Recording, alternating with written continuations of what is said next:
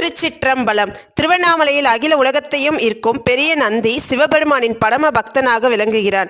2025 October 4ஆம் தேதி வரும் சனி மகா பிரதோஷ தினத்தில் பக்தர்கள் பெருமளவில் வந்து பெரிய நந்தி தரிசனம் செய்து அருளை பெறுவர். சனி பிரதோஷத்தில் நந்தியின் வாயிலாக சிவபெருமானின் திருவருள் நேரடியாக கிடைக்கும் என்பது நம்பிக்கை. குறிப்பாக மகா பிரதோஷம் நாளில் சனியின் கஷ்டங்கள் நீங்கி ஆயுள், ஆரோக்கியம், ஐஸ்வர்யம் அதிகரிக்கும் என பக்தர்கள் நம்புகின்றனர். திருவண்ணாமலை கோயிலில் நந்தி பெருமாள் திகழும் அந்த மெய்மறக்கும் தரிசனம் சிவபெருமானை வணங்கும் ஒவ்வொரு பக்தருக்கும் ஒரு பாக்கியம்.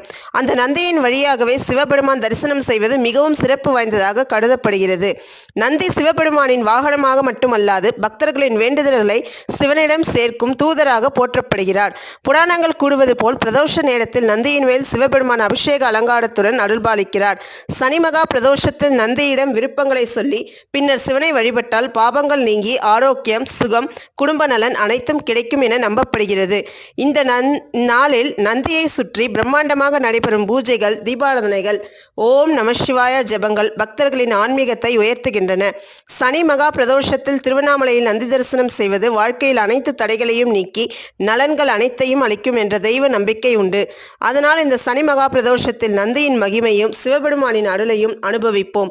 ஓம் நமசிவாய, ஓம் நமசிவாய, ஓம் நம